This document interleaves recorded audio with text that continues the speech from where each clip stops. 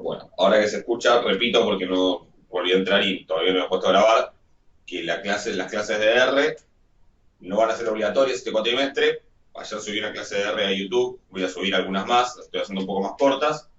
Si bien no van a ser obligatorias este cuatrimestre, les sugiero, es una buena herramienta, si pueden ahora mejor, si no, bueno, que en algún momento se sienten a verlas y a tratar de empezar a, bueno, a usar R, a aprender, a aprender ciertas cosas, y en particular les sugiero mucho la clase, la próxima, que voy a estar hablando seguramente de distribuciones, de cómo en vez de buscar cosas en la tabla o en una app, cómo buscarlas en R, bueno, como así como se pueden buscar en Excel o como lo pueden buscar en una tabla, digo, pero que seguramente les va a ser útil. Así que bueno, eso comentario para los que vean el video después grabado. No sé si hay alguna pregunta más, así, alguna más general. Si no, tengo pendiente ahí una pregunta de Santiago. Si no me dicen, vamos con eso. Y después consultas lo que quieran. La idea es que se puedan sacar dudas para de acá a la clase, de acá a lo de mañana. ¿Alguna pregunta no? Sí, decime, te digo.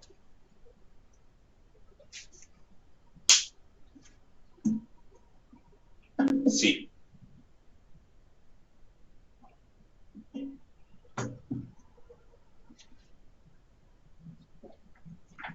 Te ha explicado, está entre más tarde y no me acuerdo. En la clase pasada hablé sobre el final virtual o que integradora, como se llame, pero no di la consigna todavía. No di todavía lo que me di es la consigna, pero sí hablé al principio de la clase sobre, bueno, qué va a implicar y todo eso. ¿Sí? Que no es obligatorio, que quien quiera dar final presencial, pero la modalidad de eso todavía no tengo exactamente definido. Sí lo que comenté es que va a incluir una instancia presencial que requiere, por resolución, requiere cámara web y micrófono.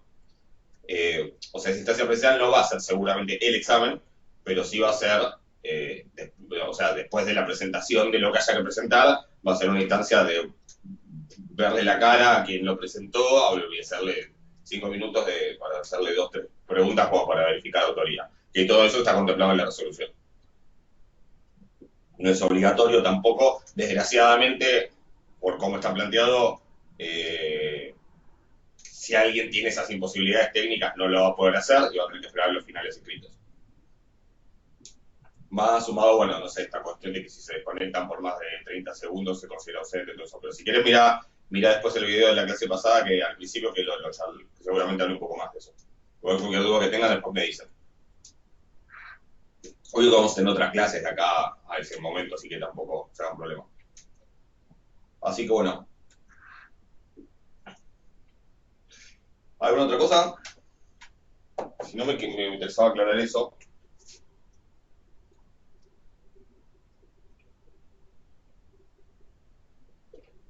Yo tengo dos valores aleatorias independientes, X e Y. Lo que me pregunta Santiago es si yo conozco, entiendo que tu pregunta es, yo conozco la función general de momento, la función de distribución de X y la función de distribución de Y, ¿cómo mezclo? Digamos, ¿qué corno hago con esto para que me quede la función de distribución de X más Y?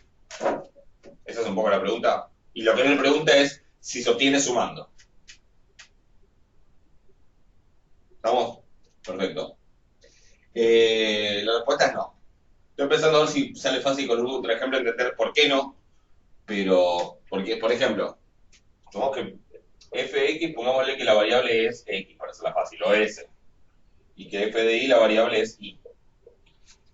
Supongamos que fuera que la función de distribución de la suma es la suma, no, perdón, esto debería tener como otra variable, pongámosle t. Supongamos que la función de distribución de la suma fuera la suma de las dos. Primero que tendría que ser así, tendría que ser con la misma variable.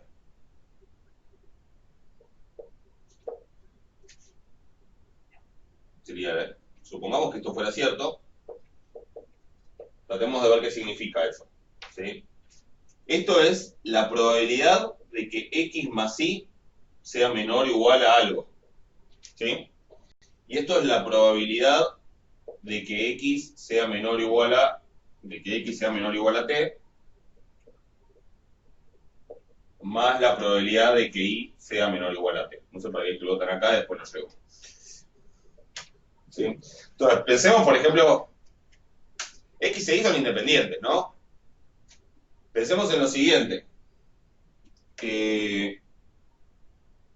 Como, a ver, ¿existirá, por ejemplo, existirá algún T donde esto vale 0,6 por decir algo?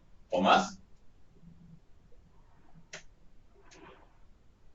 Tal vez no hay un T donde vale 0,6, pero ¿existirá algún T donde esto vale 0,6 o algo más grande? Sí, ¿por qué?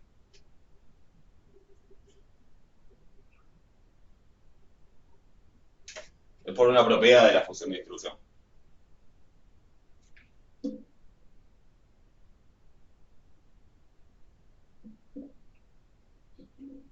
¿De dónde viene? ¿Qué propiedad? Tiene que valer entre 0 y 1, sí, pero por ejemplo, no tiene por qué llegar a valer 1. Pero sí tengo que, como que el límite es 1 en base infinito. Entonces, como el límite es 1, en algún momento tiene que ser 0,6 o más, porque si no fuera 0,6 o más, quiere decir que el límite tendría que ser menor o igual a 0,6. ¿Sí? Si estuviera acotado por 0,6, nunca podría tender a 1. Entonces, como la función tiende a 1, en algún momento el 0,6 lo tiene que superar. Claro, y esta también. Entonces, si tomo un T donde lo supero, esto ya me da más que 1, exactamente. Eso ya me muestra que no tiene sentido. Y entonces esto, claro, no sería una función de distribución. Entonces, como esto en algún momento vale más de 0,5 y esto también, cuando lo sumo va a valer más de 1 y eso ya no tendría sentido, no sería una función de distribución. O sea, claramente lo de la suma no va a funcionar. O sea, pero bueno, ¿qué es lo que sí funciona?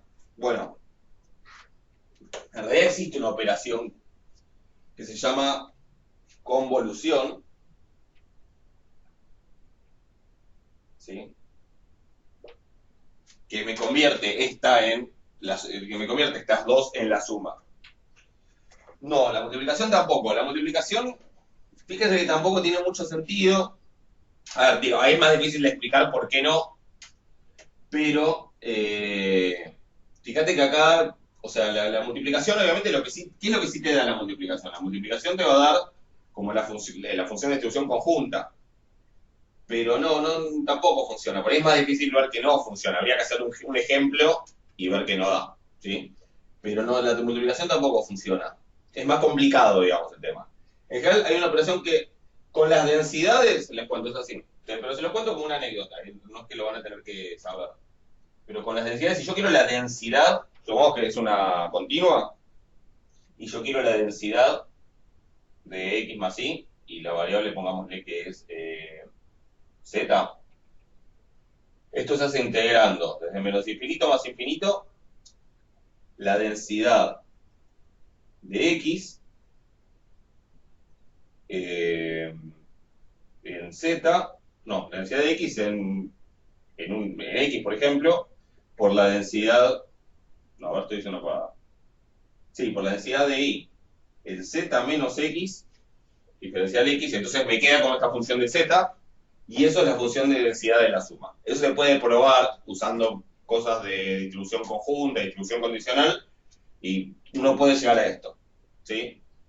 Esta operación precisamente es la que se llama convolución de las densidades. O sea, esto se le suele agregar f de x asterisco, sin el circulito, y el circulito se lee convolución. Digamos, haciendo esta cuenta uno puede buscar cómo es la densidad por ejemplo, si quieren ver cómo es la densidad de una suma de uniformes, que estuvimos charlando en la clase pasada, habría que hacer esta cuenta. Pasa que esa cuenta muchas veces implica cortar en pedazos y cosas por el estilo. O sea, la respuesta es no sale ni multiplicando ni sumando.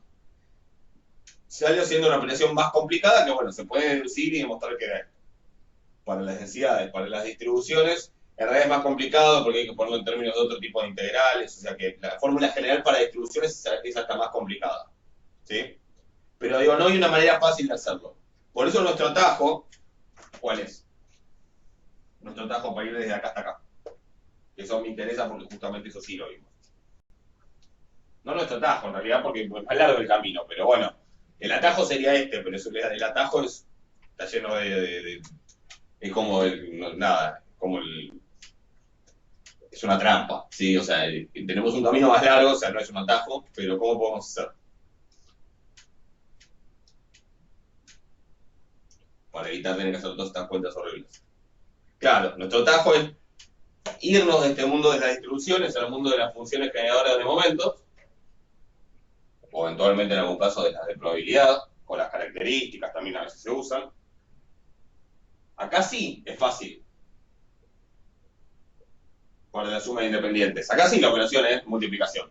Digo, en este mundo la operación es horrible, en este mundo la operación es mucho más sencilla, acá sí es simplemente multiplicarlas. Y obvio cuando son independientes. Y después tengo que volver. ¿Sí? El volver implica que tengo el teorema de inversión que me permite volver.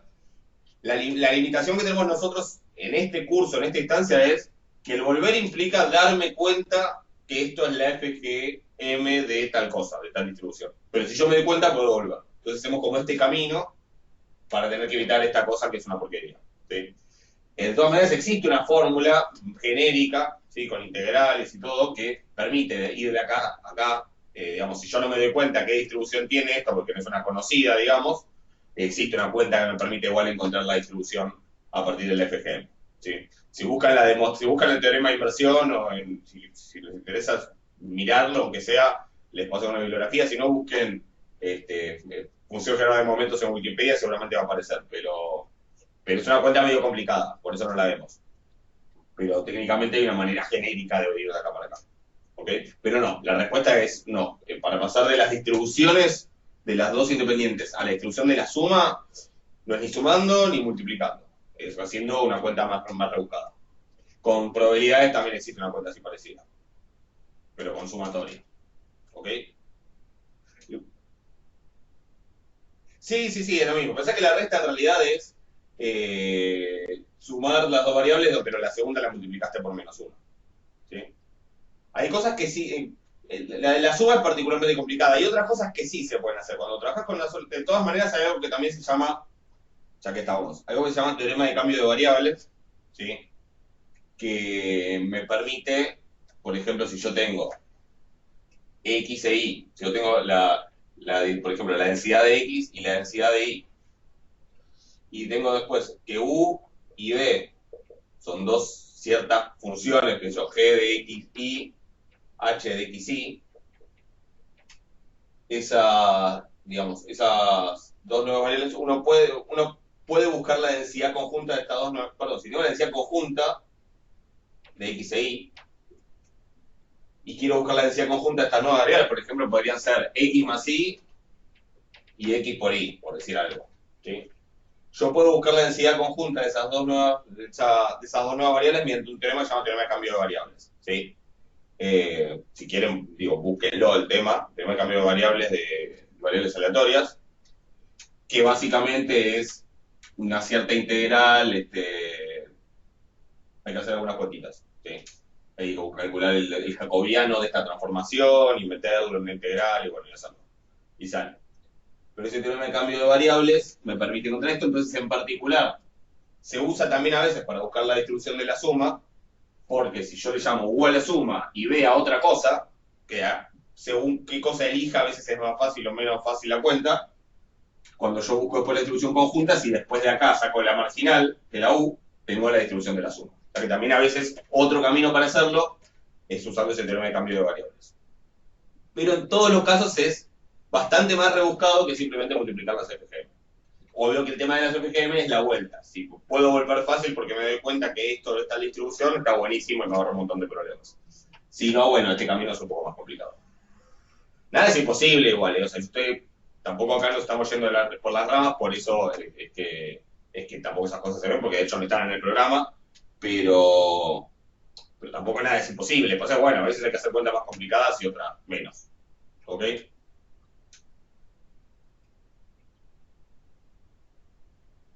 Pero no, en general, no, digamos, no hay una fácil, cuando vos tenés X e Y, que es buscar la distribución de una transformación, que puede ser la suma, la resta, el producto, lo que sea, en general no hay una fórmula fácil. La manera genérica es auxiliarse con el teorema de cambio de variables. Perfecto. Por ejemplo, todo lo que nosotros en una de las clases pasadas yo les mostré cómo ver la distribución de x cuadrado cuando x es una normal 0,1. O de z cuadrado, bueno, importa, el número es lo mismo. Digo, como tengo una variable aleatoria normal 0,1, ¿cómo era la distribución de esa variable al cuadrado? Jugando un poquito con las funciones de la definición de las funciones de distribución. Eso para una variable general a veces se puede hacer bastante, se puede repetir esa misma idea para otras cosas.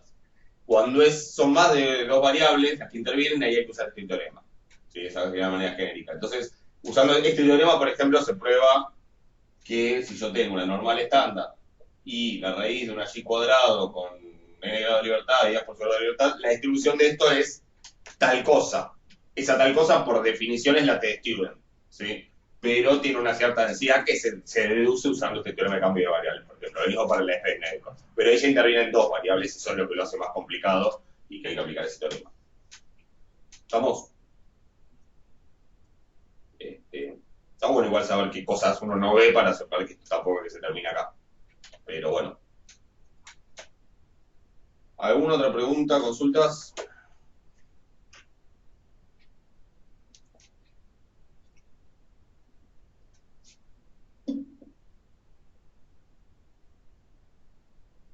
A las respuestas de la práctica 3 todavía no las subí, pero las tengo ahí, me faltan algunas.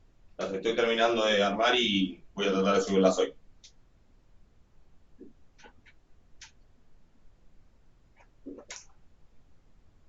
Sí, los ejercicios de dos poblaciones los pueden hacer.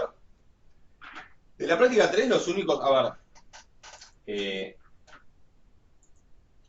no son esenciales para ahora, digamos, no les voy a tomar mañana sobre esto, los que sean para dos poblaciones, pero los pueden ir viendo porque los vamos a usar después. Yo por ahí, si tengo un rato ahora, vemos alguno como para que entiendan un poco la lógica, pero no es esencial para ahora, para mañana. Y los que no son obligatorios, porque son más complicados, son todos los que están marcados al final con asterisco.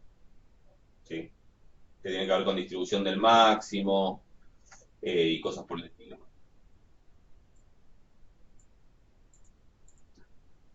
Todo eso igual sobre, si les interesa verlo, aparte de esos últimos ejercicios que son sobre distribución de máximos y mínimos, es decir, tengo una muestra, tengo x1, xn con cierta distribución, cómo se distribuye la variable máximo o mínimo y qué propiedades tiene, lo pueden ver, está en el apunte. ¿Sí?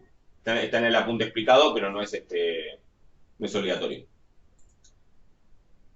Terminar de hacer el 11 y por ahí me preguntaron el 7, 11 D y E, ok.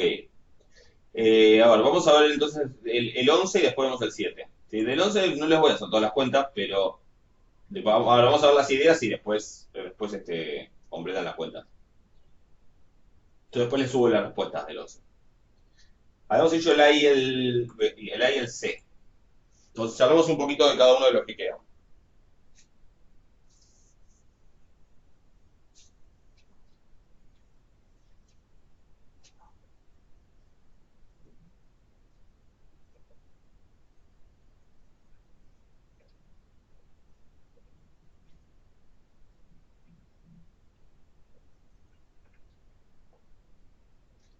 El B. Y acuérdense que bueno, teníamos acá las X, eran 10 variables aleatorias, con distribución normal 5, 100. 100 sería la varianza. ¿Sí? Si no aclaramos, en general acuérdense que esto es sigma cuadrado. Y me pide la probabilidad de que la suma desde i igual 1 hasta 3 de las xy sea mayor a 20 y la suma desde i igual 1, no, igual 4 hasta 10 de las xy sea menor a 30, bueno, el cálculo es todavía.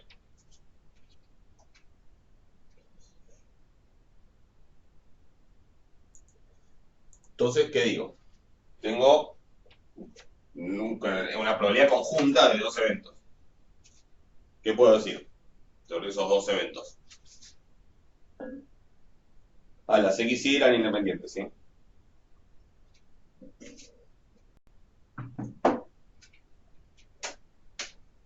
Las XY son independientes, todas con la misma, y son idénticamente distribuidas, todas tienen esta distribución. Los multiplico, me dice Solvela. ¿Por qué? ¿Son independientes? ¿Y por qué son independientes?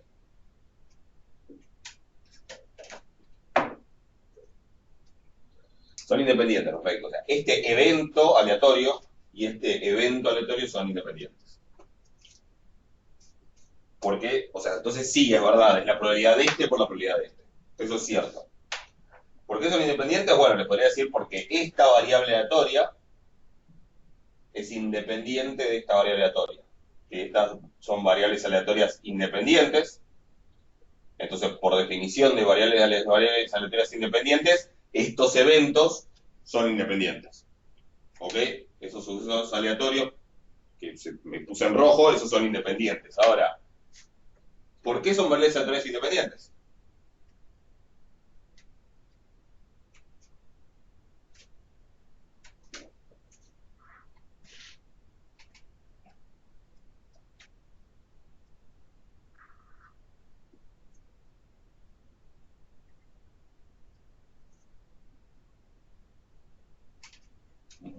Ok, nos sumamos hasta 3.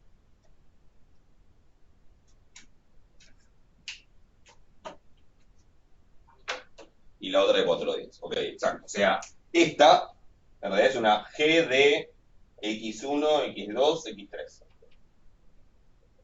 ¿Sí? Y esta, porque no tiene variables en común, exactamente. Y esta es una H de X4 hasta X10. Y a su vez, todas esas X son independientes entre sí. Por eso esto es importante, ¿sí? Pero, porque si X4 y X3 no fueran independientes, no puedo asegurar eso. Pero como las X son independientes entre sí, como esta depende de unas variables y esto depende de otras variables, son variables, las que me quedan son variables independientes. ¿Estamos de acuerdo? Como no tienen variables en común, entonces son independientes. Por eso y porque las X y de por sí son independientes. ¿Estamos de acuerdo? ¿Eso está claro? Bien. Bueno, entonces esto es la probabilidad de uno por la probabilidad del otro. ¿Sí? Así que, digamos, la probabilidad de una cosa por la probabilidad de la otra. ¿Cómo hago cada una de esas? Bueno, hagamos uno, el otro lo hacen ustedes. Pero ¿cómo hago la probabilidad de que la suma de xy desde i igual 1 hasta 3 sea mayor a 20? Tengo que estandarizar. Si la distribución de esto, como las x son normales, la distribución de esto es normal. Si es una suma de normales independientes, la distribución es normal. Eso es un ejercicio de la guía de FGM. Es exactamente normal. Ni siquiera la distribución tenemos entrar de límite ni nada. Lo que tengo que hacer es estandarizar. ¿Cuál es la esperanza de esta variable? Si llamémosla, qué sé yo, U. ¿Cuál es la esperanza de U?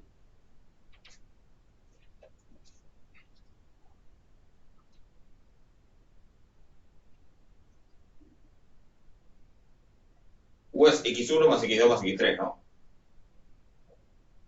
Es n por mu, exactamente. Sí, de hecho, es la esperanza de x1 más la esperanza de x2 más la esperanza de x3. Todas tienen esperanza 5, así que eso lo estoy sumando 3 veces, así que exacto. Y es n por mu.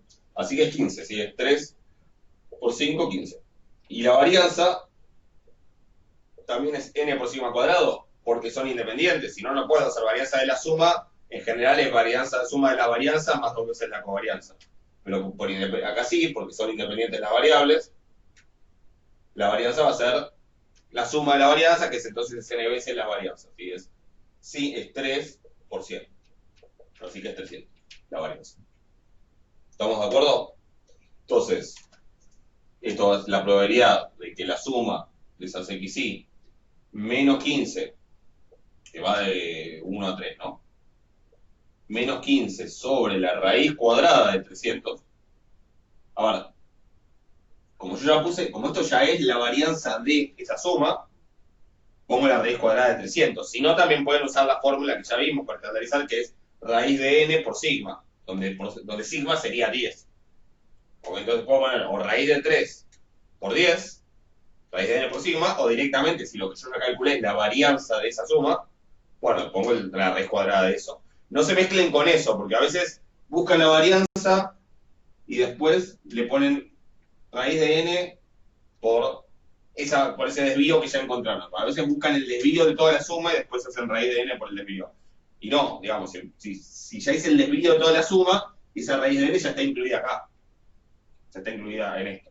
¿Se entiende? O sea, yo puedo ver cuánto es la varianza de la suma, que es 300, entonces poner raíz de 300, o puedo decir, yo sé que la varianza es n por sigma cuadrado, entonces el desvío es raíz de n por sigma, donde sigma es el de cada x original, no el desvío de la suma.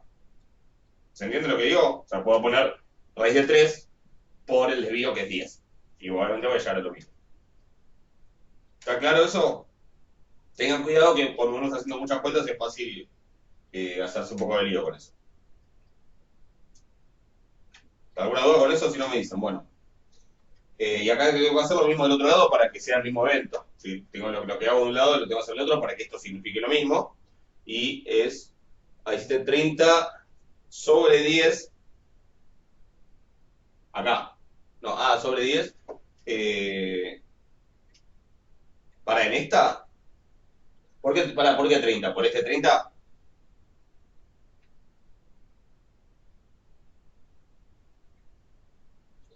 O sea, ok, en esta. Pero no, en esta, fíjate que es. Vos como que estandarizaste. No, a ver, de este lado yo voy a hacer lo mismo que hice acá. Hiciste sobre n. Lo que pasa es que sobre n lo haces cuando tenés la media muestral. Cuando tenés X raya. ¿Sí? Entonces, si vos acá dividieras primero por 3, o acá por 7, fíjate que acá son n7, acá otra manera de ver esto es que esto es X raya, donde este X raya es el X raya de 1 a 3 solamente, mayor a 20 dividido 3, a 20 tercios. Entonces, ahí sí podés usar lo de X raya, que sería restarle mu, que es 5, y dividir por 10 sobre la raíz de n. O sea, 10 sobre la raíz de 3. Sí, pero lo que hay que evitar es confundirse la varianza de la suma o la varianza del promedio, en cada caso, con la varianza de cada una de las x, que son distintas. ¿Sí? ¿Se entiende eso? O sea, se puede hacer en términos de x raya, pero primero habría que ir por 3 ahí. Y después no hay que confundirse cuál es la varianza de x raya con la varianza de las x. ¿Se entiende todo esto? Digo, es fácil acá mezclarse ¿quién es sigma? Sigma es 10. Sigma de la suma es la raíz de 300. Y es fácil, sí, ya sé, bueno, pero es muy común, por eso se los digo. Sí, para que estén atentos porque es un error muy común. Para algunos, sobre todo hasta que uno se aprende las fórmulas. Las fórmulas siempre está más claro, pero al principio hay que prestar atención. Bien, entonces, tengo que hacer lo mismo del otro lado, o sea, tengo que hacer 20 menos 15 sobre raíz de 300. O sobre raíz de 3 por sigma, que es 10. 30 sobre raíz de 3. No, 30 menos 5. O sea, para estandarizar tengo que restar 30 menos 5. O sea, de este lado va a ser 20. No, tampoco menos 5. No. Es el número menos la esperanza de la suma, que en este caso es 15. ¿Sí? Y en este caso es 35, porque acá en esta cuenta n es 7. ¿Sí? O sea, primero veamos que era con el 20, 20 menos 15, porque 15 es la esperanza de la suma, que es n por mu. Y después dividido por la raíz de 300. Y en el otro, ¿cómo va a ser esto? Va a ser 30 menos la esperanza de esto, que es 35. Porque acá en realidad es 7, n es 7 en este caso. ¿Lo ven? 4 a 10 hay 7 variables. Así que voy a restarle 35, que es la esperanza, 30 menos 35, y voy a dividir por el desvío, que bueno, la varianza es 7 por 100, o sea que el pasar la raíz de 700. ¿Estamos de acuerdo? O sea, la misma que estoy diciendo acá, pero acá que el n va a ser 7 en este otro. ¿Estamos? Y entonces, bueno, ¿qué hago? Este número, lo que dé, ¿sí? 5 sobre raíz de 300, etc. Lo que dé ese número lo voy a buscar en la tabla de la normal. Si la tabla de la normal me dice cuánto acumulo para allá, voy a hacer 1 menos ese valor, porque es la probabilidad de que yo quiero la probabilidad de acá, la de que sea mayor. ¿Ok? Entonces, voy, no sé, esto da 5 sobre raíz de 3 por 10, 0,5 dividido raíz de 3, 0, algo, 0,28, gracias, 0,28. Entonces, busco la tabla normal, ese 0,28, lo que sea, ¿cuánto acumula este lado? Va a ser un número más grande que 0,5, 1 menos ese número es la respuesta para esta probabilidad. ¿Estamos de acuerdo? Mismo procedimiento con esto de acá, solo que el n es 7, y solo que estoy preguntando por menor, o sea que directamente el valor que acumula la tabla para allá va a ser el resultado. Insisto, eso también depende de la tabla que estén usando, la aplicación que estén usando, si da las probabilidades acumuladas para la izquierda, acumuladas para la derecha, acumuladas desde el 0, eso cambia y tienen que estar en condiciones de poder entender cómo funciona la tabla o la aplicación que están usando y encontrarle la vuelta. Porque la verdad es que en la vida, digamos, se van a encontrar con que si les toca usar tal aplicación o tal software, lo va a hacer de una manera y van a tener que ser capaces de ir, ver el help y entender cómo está funcionando y poder dar las respuestas correctas, y no que todas den de más o de menos o que den al revés. O sea que traten de hacer ese esfuerzo, dibujen, piensen bien las cosas y traten de hacer el esfuerzo de la aplicación o la tabla que estén usando. Yo después, en la próxima clase de R, lo voy a hablar para el caso específico de R, así que por ahí les puede ser útil, como para tener la idea, además de aprender a hacerlo en R, pero la aplicación, la tabla que estén usando, traten de hacer ese esfuerzo y de dibujar hasta entender cómo funciona y saber que lo están usando bien. Porque eso probablemente sea un aprendizaje importante. ¿Estamos de acuerdo? Entonces, obviamente, esta es una, después voy a tener que hacer esta por otro lado y después voy a multiplicar y ese es el resultado. Después le subo la respuesta.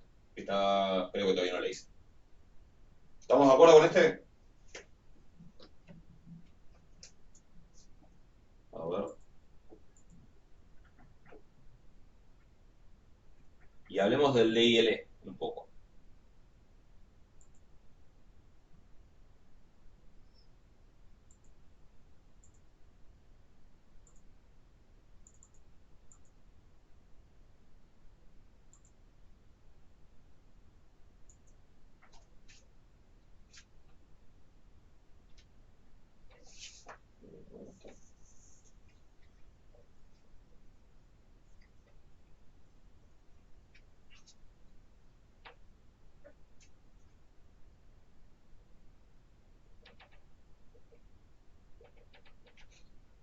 En el D tengo probabilidad de X raya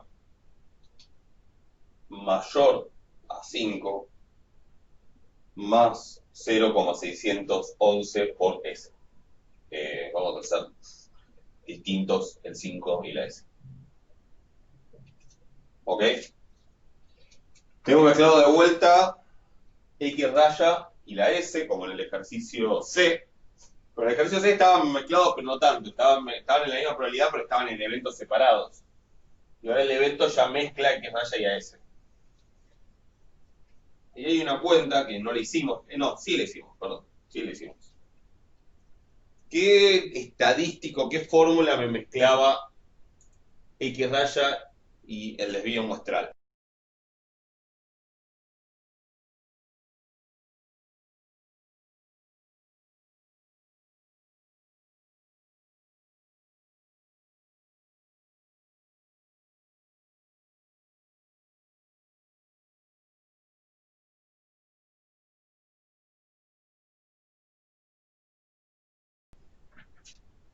Ahí volví. Ahí estoy. ¿Ahí me escuchan? Buenísimo.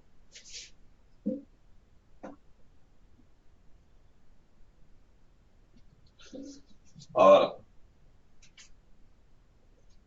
Pide esta propiedad. Tengo X raya y tengo S. Necesito esa probabilidad. Es distinto al ejercicio C, porque acá están como metidos en el mismo evento. No es que va a ser una cuenta va a ser para X raya y otra para S, como en el anterior, en el C, que habíamos visto en la clase pasada. Si me tengo que armar algo que involucre X raya y a S, y la pregunta es, ¿a qué distribución nos remite eso? Vimos una fórmula con cierta distribución que involucraba tanto a X raya como a S. Una t-de-Student, exacto. Ahí usan t-de-Student. Porque hay una cierta fórmula, ¿sí? Una cierta cuenta que le vamos a llamar estadísticos, esas cosas, esas fórmulas con las variables. Vimos un cierto estadístico que tiene distribución t-de-Student. Recordemos cuál era, esto lo vimos en la última clase teórica. Lo que habíamos probado, les di las herramientas para probar, que de hecho es un ejercicio de la guía también, es el ejercicio. O sea, yo medio que hice lo. A ver, no. A ver. Ah, no, no es un ejercicio de la guía porque. No, lo que yo digo son para dos distribuciones. No, entonces no. Lo que probamos en la clase teórica es que X raya. Bueno, primero que si hago X raya menos mu sobre sigma sobre raíz de n con las X normales, ¿esto qué distribución tiene? Es sobre sigma sobre raíz de n. Digo, no, no me sirve en este caso, pero eso es una normal 0,1. Bien, perfecto. Y lo que vimos en la clase teórica es que si en vez de sigma tengo S, y acá tengo raíz de n menos 1, la distribución de esto es T de student, con n grados de libertad, donde los n menos 1 grados de libertad vienen del hecho de que estoy metiendo el S cuadrado, que es una aleatoria, cuando, bueno, cuando la acomodo un poquito, es una Y cuadrado con n menos 1 grados de libertad. Comentario, este S, puede ser que esta fórmula la hayan visto con... ¿Alguien la vio en estadística 1, esta fórmula con n en lugar de n menos 1?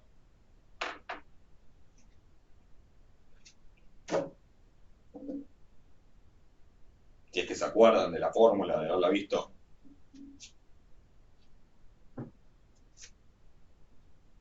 Bueno, si alguien la vio con n menos 1, es porque está pensando, está definiendo, es porque les definieron S cuadrado como la suma de xy menos x raya al cuadrado dividido n menos 1. ¿Sí? Que este es el que nosotros llamamos S cuadrado monito. ¿Sí? Si ustedes en esta fórmula, en vez de meter el S, es decir, la raíz cuadrada del S cuadrado, meten el S monito, que sería la raíz cuadrada de esto, acá en vez de n menos 1 les queda n. ¿Sí? Pero la cuenta es la misma, o sea, escrita de una manera distinta, y la distribución siempre esté con n menos 1. ¿Sí? Pasa que la anotación, según la anotación que usen, según a quién le estén llamando S, por ejemplo, creo que en el libro de Canao, o sea que lo estaba siguiendo, le llaman S cuadrado a esto, al que es dividido por n menos 1. Entonces van a ver que la fórmula que aparece en Canavos seguramente sea dividido a la raíz cuadrada de n.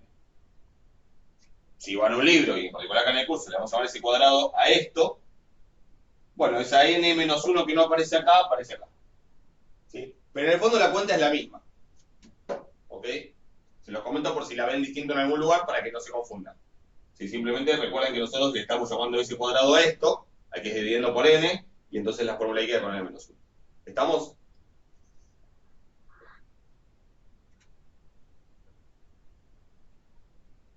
¿Hay alguna duda? Bueno, pregunta. Tengo X raya, tengo S. La raíz de n menos 1 no, pero bueno, ahora vemos qué hacemos con eso. ¿Y qué pasa? ¿Y mu cuánto sería?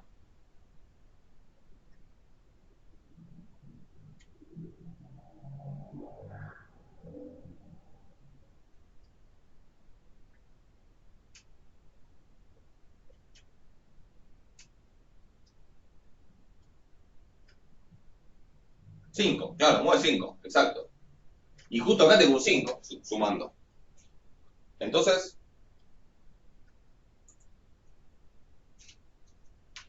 ¿puedo armarme esto? Claro, A ver, digo, si yo me trato de armar esto, lo que tengo que hacer es restar mu. O sea que tendría que restar, manera uno de pensarlo, resto mu de los dos lados. ¿Sí? 5 menos mu se van a cancelar porque mu es 5.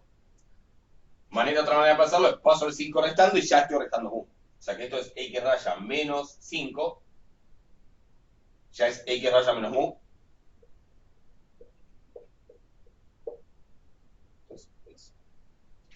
¿Ok? Ahora necesito tener dividiendo la S. Bueno, o divido por eso de los dos lados y se me cancelan, o paso la S dividiendo, veanlo como más les guste.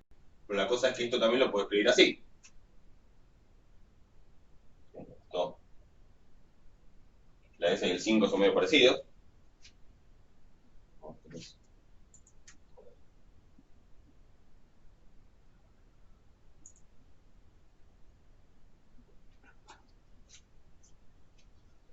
¿Y qué me falta?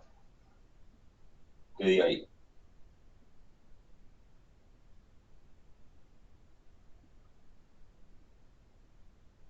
La raíz, no me falta que acá diga dividido la raíz cuadrada en menos 1. Bueno, eso es. raíz de n-1. Este, si quieren, este 5 es mu.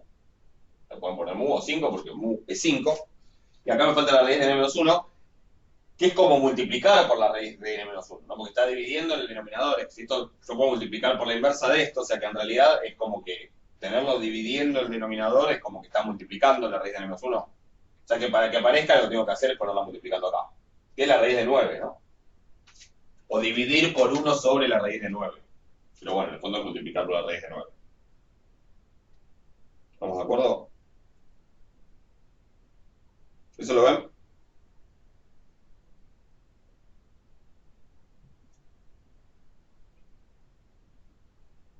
¿Alguna duda?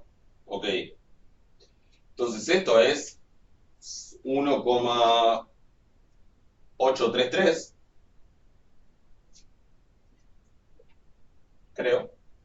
Sí. 3, 3, 18. 1,833. Y esto tiene distribución de student con 9 grados de libertad. Yo lo que necesito saber ahora es cuál es la probabilidad de que una t-student con 9 grados de libertad, acá está el 0, ¿sí?, sea mayor a 1,833. Es decir, cuál es la probabilidad que hay en esta cola. Si usan aplicaciones, lo que sea, Excel, R, lo que sea, bueno, tienen maneras de buscar eso. ¿Cómo sería una tabla tradicional? ¿Sí? Bueno, las tablas, si tengo una tabla en general, por ejemplo, si tengo una tabla de esas que acumulan a la izquierda, van a tener que la tabla de la t-student, van a buscar los grados de libertad, 1, 2, 9, y en esa fila del 9, la tabla en general da justamente los cuantiles, me dice dónde acumulo tanto, entonces esa tabla del 9 van a tener que buscar acá adentro el número más parecido que haya, 1,833, que si mal no recuerdo, está del ejercicio debe estar hecho para que aparezca un número muy similar. Y me voy a fijar que hay acá arriba, ¿sí? ¿A qué probabilidad corresponde? Si la tabla acumula para la izquierda, esa probabilidad que está acá arriba no va a ser la respuesta, sino va a tener que hacer 1 menos esa probabilidad. Si la tabla tiene este dibujito, dice que acumule, que busca probabilidades mayores, o sea, que acumule a la derecha, esta probabilidad acá arriba va a ser la respuesta. De todas maneras, insisto, está bueno tener idea de que uno espera. A ver, ¿puede ser que dé 0,05? Puede ser. ¿Y a qué voy con puede ser? Tiene sentido, porque por eso digo, está bueno pensar antes de buscar para saber con qué nos esperamos. La t-student tiene el valor central es simétrica respecto del 0. Yo quiero la probabilidad de que sea mayor a un número positivo. O sea que, sin mirar la tabla, ¿qué es lo único que yo sé de este número? Es un número como más grande, más chico que cuánto.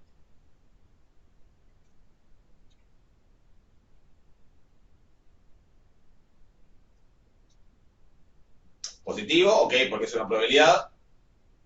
¿Y qué más?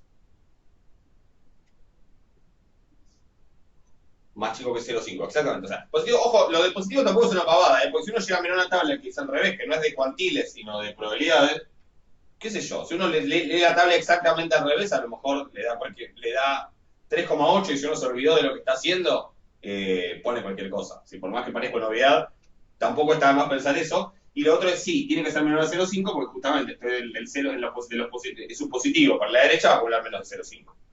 O sea, si mi tabla acá arriba dice 0, que debe ser, si tiene una tabla que acumula a la derecha, a la izquierda es lo que va a pasar. La tabla arriba dice 0,95, yo sé que esa no es la respuesta. Lo pienso un segundo y me doy cuenta, no, porque esa es la probabilidad para allá, o sea que para allá es 1 menos 0,95, y entonces sí, sería 0,05. ¿Estamos de acuerdo? Por eso en esta cosa es importante tratar de tener una idea de lo que uno espera antes de ir a buscar, porque después la tabla puede confundir, y las aplicaciones después directamente, si uno las conoce bien, son una caja negra, o sea, uno le mete algo y sale una respuesta, y si uno no sabe qué esperarse, es muy fácil por una pavada, ¿sí? Porque hay aplicaciones que acumulan para la derecha, otras que acumulan para la izquierda, etcétera. ¿Estamos entendiendo esto?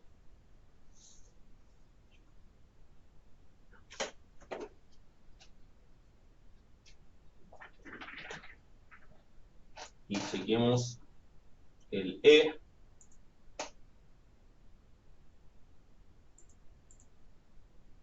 Buenísimo.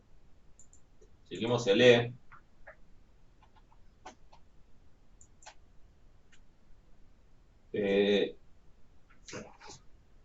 que dice sigma cuadrado mu, que es el que llamamos sigma cuadrado sombrero. Recuerden que es sigma cuadrado sombrero.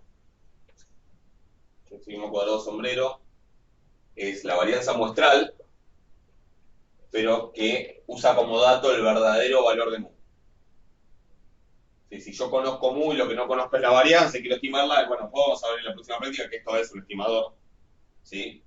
Pero pasa que yo tengo que saber cuánto es mu para poder hacer la cuenta. Si yo no sé cuánto es mu, ¿qué le resto a cada x? Entonces, si conozco mu, esto lo puedo usar. ¿Y qué habíamos visto? Porque nosotros vimos, por ejemplo, que n por s cuadrado sobre sigma cuadrado, digo, n por el s cuadrado dividido sigma cuadrado, ¿qué distribución tenía?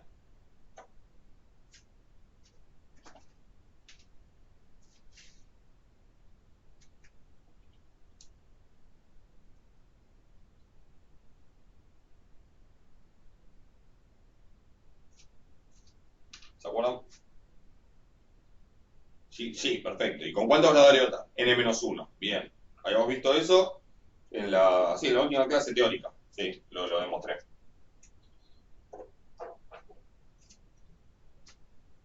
N por S cuadrado sobre sigma cuadrado tiene distribución chi cuadrado. ¿Por qué es eso? Básicamente porque N por S, si uno acomoda, ve la definición N de S cuadrado y hace esta cuenta, llega a que esto en realidad es lo mismo que la suma de xy menos x raya sobre sigma al cuadrado. ¿Sí? Y esta cuenta ya habíamos probado que tenía distribución chi cuadrado con n-1, usamos una serie de propiedades, la FGM, pasamos dividiendo una FGM sobre la otra, llegamos a que esto era el chi cuadrado con n-1. ¿Qué pasa cuando en vez de tener ese cuadrado tengo directamente el que usa mu? N por sigma cuadrado sombrero sobre sigma cuadrado verdadero. Bueno, esa cuenta en realidad es esto. ¿Qué distribución tiene eso?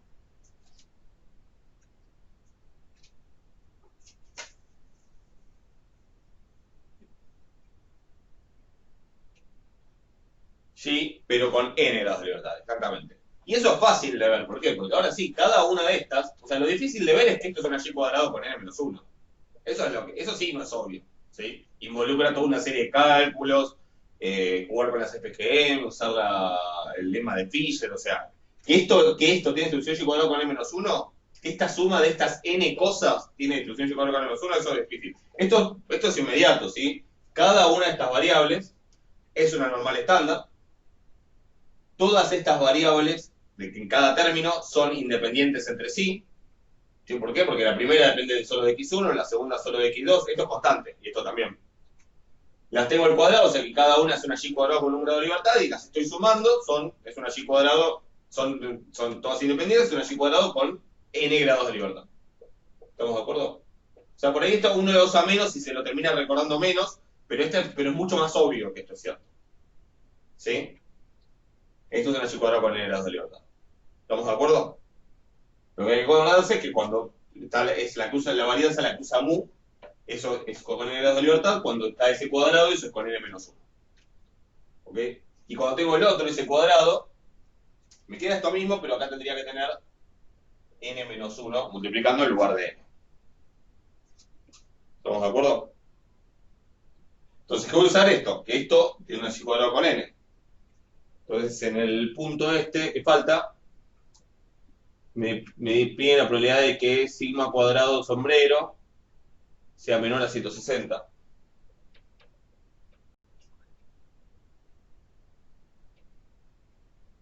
¿Sí? ¿Qué hago? Me tengo que armar esto, así que tengo que multiplicar por n, que es 10, y dividir por la varianza, que era un dato, pero era 100, ¿no? Lo borré ahora, pero era 100. Así que esto es una y cuadrado con 10 grados de libertad, y quiero la probabilidad de que sea, perdón que estoy un poco lento, menor a 16. ¿Sí? Esto da 16. La probabilidad de que sea menor a 16. Entonces voy a ir a una tabla de una y cuadrado con 10 grados de libertad.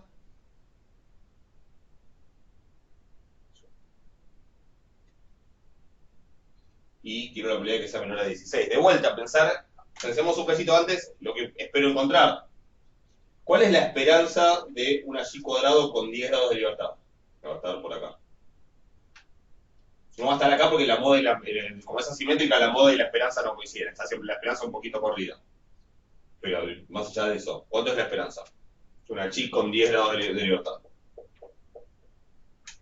10, perfecto. Así que si yo quiero la probabilidad de que sea menor a 16, ¿sí? Que va a estar bastante más acá, seguro, a ver, hasta el 10 no se acumula exactamente 0,5, porque hasta donde se acumula 0,5 sería la mediana, y 10 es la esperanza, la media, ¿sí? Pero no va a estar muy lejos, o sea, lo acumulado hasta 10 va a ser un poquito más de 0,5. O sea que hasta 16, lo acumulado, que sea, la probabilidad de que sea menor, va a ser bastante más grande que 0,5. Sí, insisto, está bueno saber qué me espero. Y ahora tengo que hacer es ver en la tabla de chi cuadrado con 10 dónde se acumula 16. O con alguna aplicación. Ver cuál es este número, cuál es esta probabilidad de acumular hasta 16. Puede ser que aparezca exacto en la tabla. Con la aplicación sí lo van a poder sacar exacto. O sea, ok, con la aplicación les da un número como más preciso, 0,0996. Pero en la tabla encuentran el 0,90. Ok, el 0,90, ¿el 0,90 qué dice? ¿Dice 16 o dice 16,0 algo?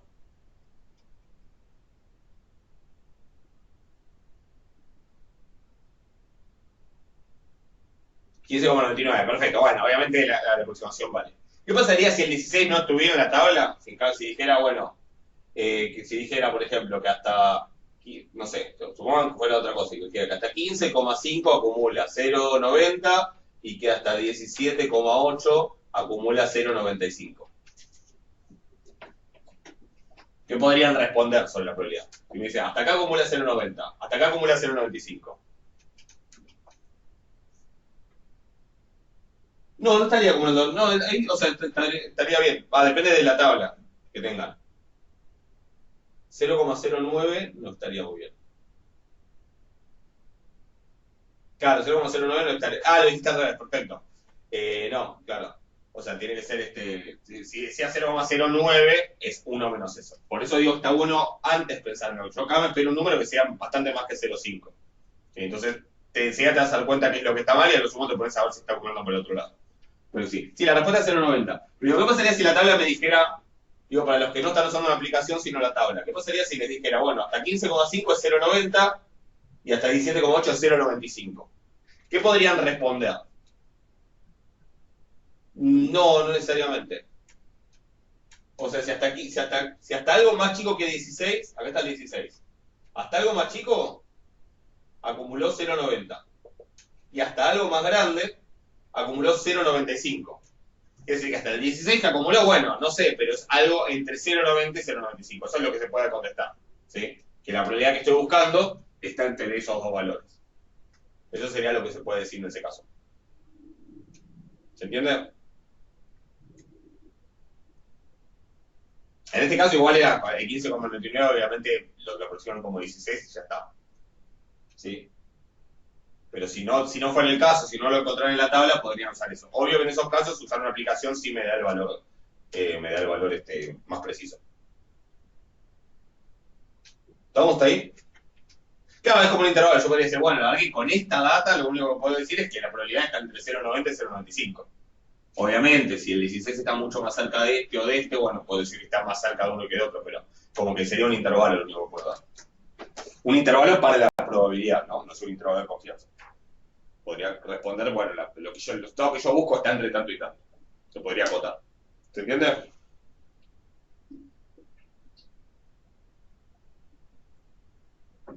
Bueno,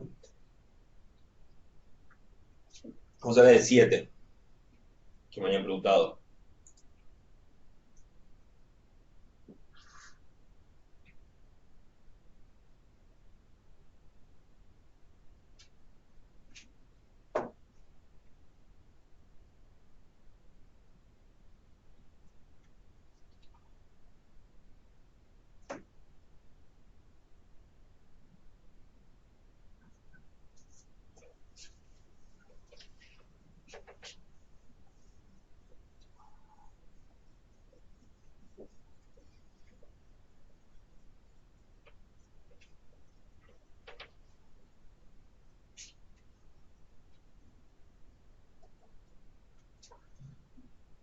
En el ejercicio 7 tengo x0, x1, xn, etcétera.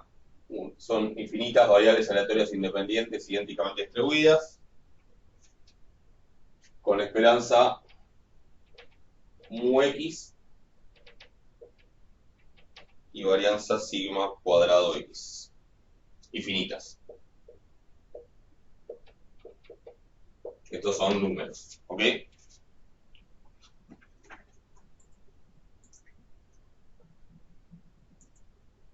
Y definen n como xn menos xn menos 1. Es decir, y 1 es x1 menos x0.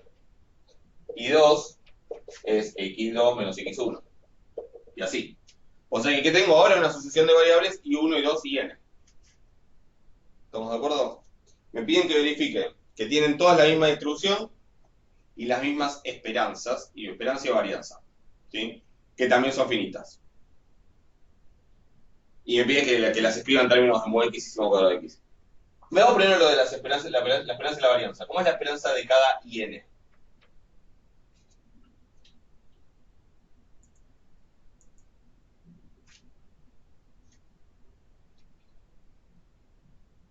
Es mu x. Es 0. ¿Sí? Es la esperanza de xn menos xn menos 1, o sea que es la esperanza de xn menos la esperanza de xn menos 1. Y esas son distintas. ¿Se entiende? Es 0, exacto. Porque esto es mu x, o sea, las dos tienen la misma esperanza, así que esto da 0. ¿Ok? Entonces la esperanza de n da 0. Queda la varianza. Bueno, tengo la varianza de una resta de independientes. Se suman, y como son independientes ya está. O sea que por independencia, recuerden que las varianzas no se restan, no tendría sentido, de hecho, porque si la segunda tuviera varianza más grande me daría negativo. Y las varianzas siempre se suman, y entonces me queda 2 veces sigma cuadrado de x. ¿Ok? Esas son la esperanza y la varianza. Y lo de, digamos, o sea, tienen la misma esperanza y la misma varianza, y en general lo que me piden en realidad que muestre es que todas las y tienen la misma distribución. ¿Sí? En realidad resulta bastante intuitivo, pero si quieren podemos justificarlo mejor. Ahora si quieren buscamos una mejor manera de justificarlo, pero en principio básicamente todavía no estoy suponiendo nada en particular sobre la distribución de las x. Salvo que es una distribución con momentos de orden 1 y 2 finitos. Pero digo, supongamos que las x tuvieran distribución, no sé, de Poisson. ¿Qué distribución tienen las y? Bueno, es la distribución que sale de restar dos Poisson independientes con el mismo lambda. Si las x fueran gamma, ¿qué distribución tienen las y? La distribución que sale de restar dos gamma con los mismos parámetros independientes. Y así. Uno puede después, para casos particulares, ver qué es eso. ¿Sí? Que de hecho es lo que pide después el punto B, creo. Pero, ¿se entiende? O sea, si resto dos Poisson con el mismo lambda, me surge cierta distribución. Esa distribución puede tener nombre o no. A lo mejor no tiene nombre. ¿Ok? Pero esa distribución, siempre que yo reste dos Poisson con el mismo parámetro, me va a dar esa misma distribución. No importa si las variables son x1 y x0, o x2 y x1, o x3 y x2. ¿Se entiende la intuición de eso? Ahora si quieren charlamos un poquito de cómo justificarlo bien. Pero se entiende la intuición que básicamente, si todas las x tienen la misma distribución, yo estoy restando una variable con esa distribución menos otra variable independiente con esa misma distribución, y siempre me va a dar la misma distribución como respuesta. ¿Se entiende a nivel intuitivo? A ver, hoy me preguntaban me preguntaba Santiago, vos justamente ese tema me preguntabas por la distribución de una suma y la distribución de una resta. Claro, perfecto, o sea, venía por esto, genial. Bueno, a ver, la distribución de una resta, no sé cómo hacerla. O sí, con la convolución, pero digo, hay una cuenta que me permite obtener la distribución de la resta de dos variables con tal distribución. Entonces, existe una manera de hacer esa cuenta. Si yo parto de y la cuenta que haga va a ser la misma acá, acá o en todas. O sea que la distribución a la que voy a llegar es a la misma. Sepa hacerlo o no sepa hacerlo. Exacto, para justificarlo bien, lo que podría usar en este caso son las FGM. Porque como, si todas las XY tienen la misma distribución, todas tienen la misma FGM. Si tienen la misma distribución, tienen la misma FGM. Eso ya lo sabemos. ¿Sí? Si la FGM, llamémosla M sub X. O sea, es la FGM de X1, de X0, de X2, de X3, de X4. Entonces, ¿cómo es la FGM de IN? De T. Bueno, es la FGM de XN, que es M de X, por la FGM de menos XN menos 1, que es M de menos X. ¿Y cómo es la FGM de M de menos X? Bueno, es la FGM de X en menos T. Claro, M de menos T, exactamente. Entonces, digo, para todas las IN, la FGM va a ser esto. MX va a tener una cierta fórmula y esto va a ser una cierta fórmula. Y es la misma para cualquier N. Fíjense que esto, como las X tienen todas la misma FGM, esto no depende de N. Como no depende de N, esto no sé qué fórmula tiene. La fórmula va a depender, obviamente, de la distribución que tengan las X. Si las X son normales, esto va a dar una cosa. Si las X son Poisson, me va a dar otra, etc. Pero la FGM de todas las IN va a ser la misma. O sea, que, digamos, las IN tienen todas la misma FGM, por el teorema de inversión, las IN tienen todas la misma distribución. Esa sería una justificación más completa. ¿Se entiende? ¿Está claro eso?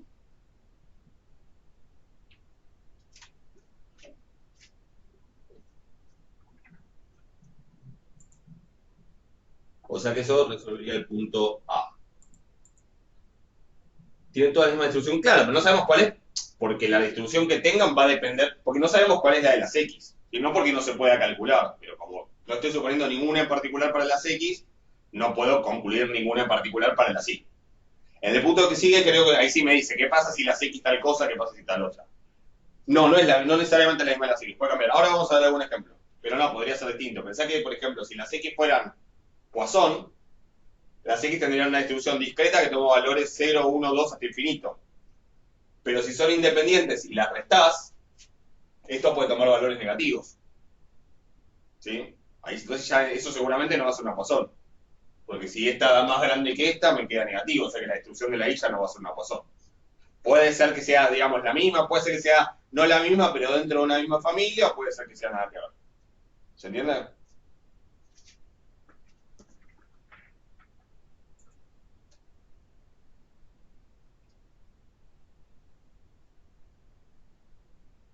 Veamos el ítem B. El ítem B básicamente lo que hace es agarrar estas Y y sumarlas. Bueno, y ahí es donde uno dice, bueno, si yo agarro esas Y, las sumo y estandarizo apropiadamente, la Zn va a ser I1 más IN. Hasta la suma es de I1 que N. Es que es la suma de las I. Y ahí es donde uno, si está distraído y dice, bueno, tengo todas esas I's, las sumo, sumo hasta N y estandarizo, eso en el límite debería tener distribución normal estándar.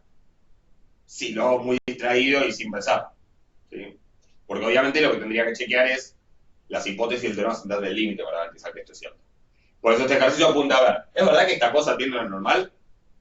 Eso es lo que quiere ver el ejercicio. ¿Sí? Entonces, vamos a ver qué pasa con esa Z. ¿Sí? Para ver qué pasa con esa Z, con la distribución de esa Z, lo primero que me pide el ejercicio es que pruebe que Zn es xn menos x0. ¿Sí? Pero digo, Zn está definido como una suma de un montón de variables, que de hecho esto está definido como una suma de un montón de variables, todas con la misma distribución, que es lo que probamos recién, y todas con esperanza de varianza finita, que también lo probamos recién. ¿Estamos? ¿Qué es lo único que me puede estar obstando para que se cumpla, para concluir lo que concluye el teorema central del límite?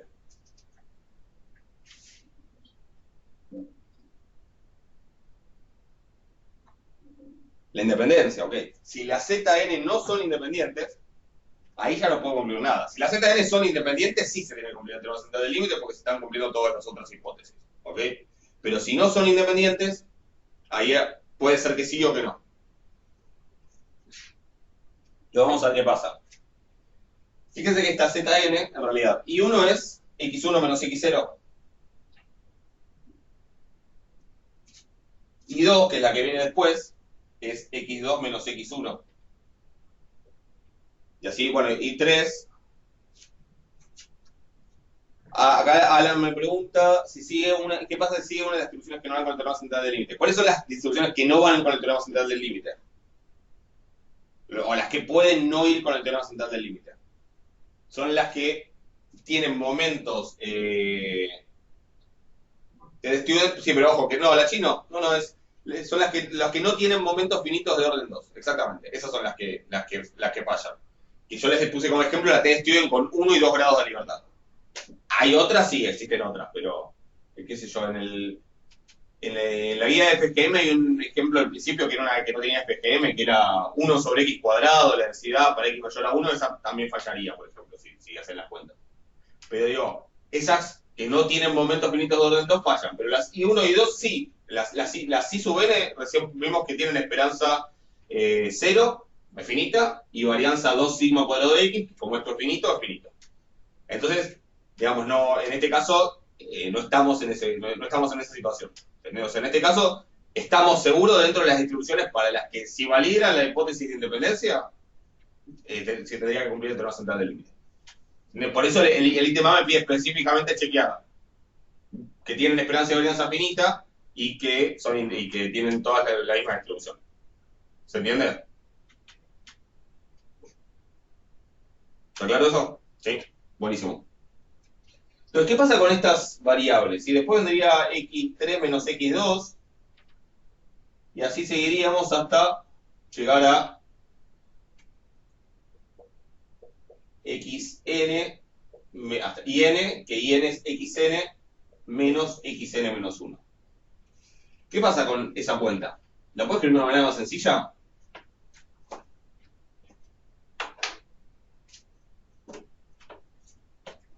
Se cancelan un montón de cosas acá, ¿no?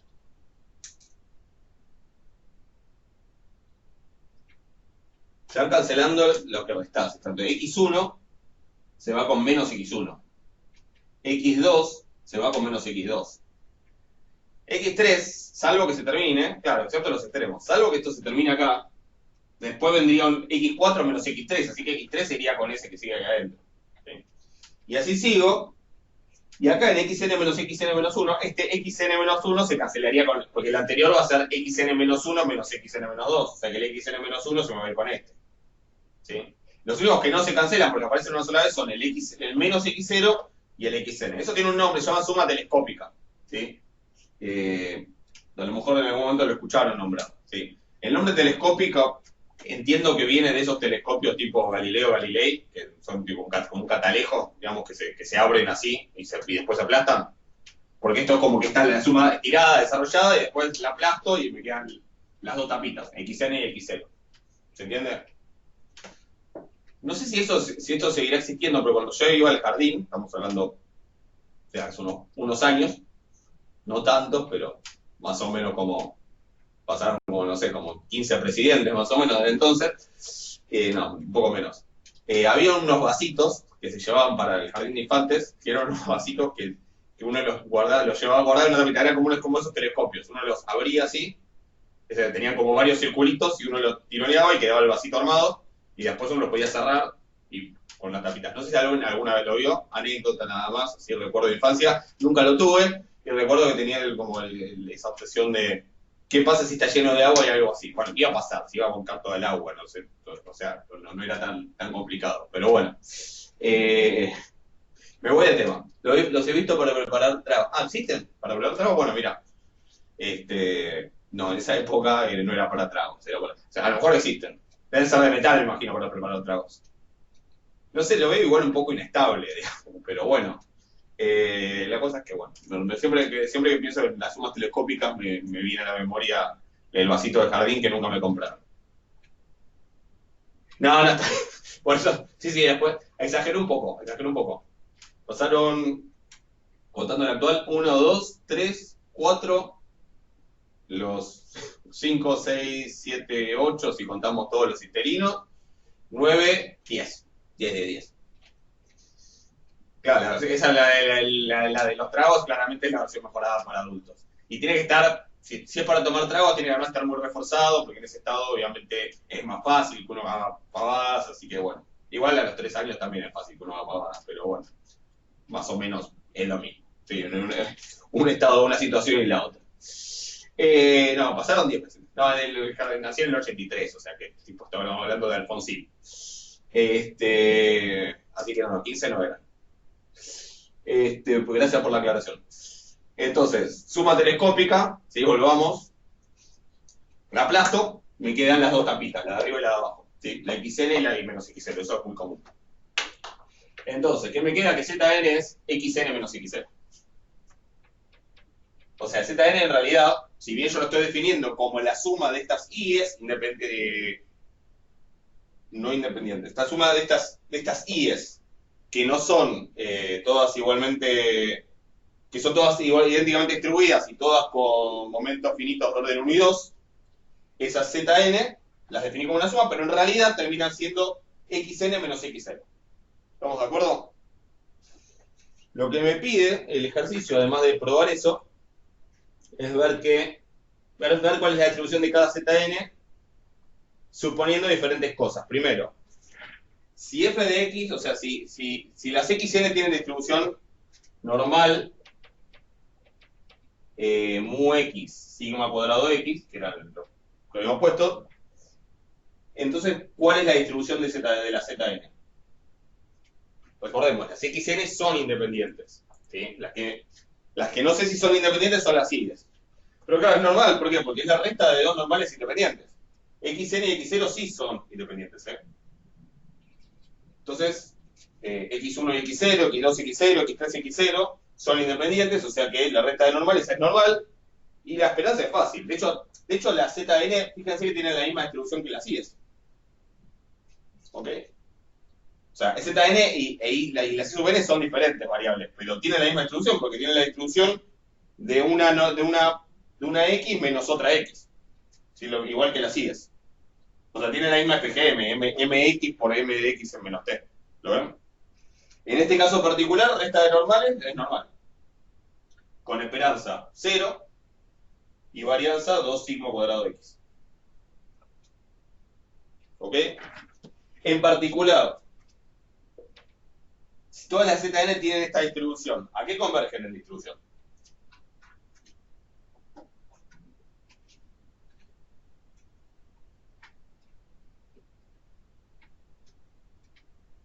Fíjense que la convergencia de distribución es qué le pasa a la asociación de funciones de distribución. Si todas las z tienen la misma función de distribución, en el límite me da, sí, exacto, normal, ¿y cuál? Esta normal.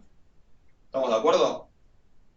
Y de hecho, si la estandarizo, ¿sí? Porque acá no está estandarizada, pero si a z le resto la esperanza de z y divido por el desvío, que básicamente es esta distribución estandarizada, ¿qué va a tender? A una normal 0,1. O sea que en ese caso sí se va a cumplir la conclusión. Exacto, normal 0,1. O sea que ahí sí se va a cumplir la conclusión del teorema central del límite. ¿Qué pasó con x0? Cada zn es xn menos x0. Entonces, por ejemplo, z1 es x1 menos x0, como esta. Si estoy restando dos normales, si las x son normales, independientes, cuando las resto me da una normal. ¿Se entiende? O sea, es x algo menos x0. Entonces, cuando las resto me da una normal. Con esperanza 0, porque le tomo esperanza se me restan, y con varianza se me suman, así que 2 sigma cuadrado de x. Listo. Si encima las estandarizo, ¿sí? Si encima las estandarizo me queda una normal 0,1, con lo cual, como todas tienen distribución normal 0,1, en el límite de normal 0,1. O sea que acá digo, si yo a las i les aplico el teorema central del límite, que implicaría sumarlas y además estandarizar, si las x son normales, yo al principio no había supuesto ninguna distribución en particular, salvo que tenían momentos de 1 y 2 finitos, la conclusión del teorema central del límite se cumple. Converge de distribución a normal 0,1. O sea, y eso es cierto, a pesar de que, ahora vamos a chequear, las i no son independientes, ¿sí? O no necesariamente son independientes. Entonces, ¿puede cumplirse la conclusión del teorema central del límite? Puede cumplirse, obviamente, porque estoy partiendo de una normal, por eso converge una normal, ¿sí? Pero digo, cumplirse la conclusión? Sí, obviamente, puede pasar. No, no es que si no, digamos, no es que si no se cumple, no es una condición necesaria y suficiente las hipótesis del teorema central del límite. ¿Ok? Son condiciones suficientes. Si se cumplen esas tres hipótesis, yo tengo la conclusión. Si alguna falla, puede pasar que sí o que no. De hecho, existen otros teoremas centrales del límite, todos son teoremas centrales del límite de tal, de fulanito, que con otras hipótesis distintas llegan a la misma conclusión. ¿Ok? Entonces, en este caso, si las X son normales, converge a una normal 0,1. Ahora vamos a que con otra distribución, de repente no pasa eso. ¿Ok? Lo otro que me pregunta es qué pasa si las X en vez de ser normales fueran exponenciales de parámetro lambda, cosa que podría ser porque, digo, lo único que estoy suponiendo es que son independientes idénticamente distribuidas con cierta esperancia y varianza finitas. La exponencial tiene momentos finitos de todos los órdenes, o sea que, ¿qué pasaría si las X son todas exponenciales de parámetro lambda? Ahí me dice ver práctica 1. ¿Qué pasa si yo resto dos exponenciales? Xn y x0 son exponenciales de parámetro lambda. En este caso no serían así. Sí, a ver, en este caso son asintóticamente, son normales y por lo tanto son asintóticamente normales. Es como el límite de la sucesión 8. ¿Cuánto es? Es 8. ¿Sí? O sea, es como una sucesión, la sucesión de las funciones de distribución es como una sucesión constante, porque todas las funciones de distribución de la z en ese caso serían iguales y entonces converge a la misma distribución. Es un caso re trivial, pero por definición, sí, converge en distribución normal 0,1. O sea, si la distribución es tal cosa, también es asintóticamente tal cosa. ¿Se entiende? Así como la del límite de una función constante es la misma constante. Obvio que es trivial el ejemplo, pero no, digamos, siendo a las definiciones, estaríamos yendo acá y converge en distribución. Ahora, yendo acá, que tengo la recta entre dos exponenciales independientes con el mismo lambda. Me dice ver práctica 1, porque ahí habíamos hecho la cuenta. Sí, le habíamos puesto nombre a eso. ¿Qué distribución van a tener las z en ese caso, si las x son exponenciales?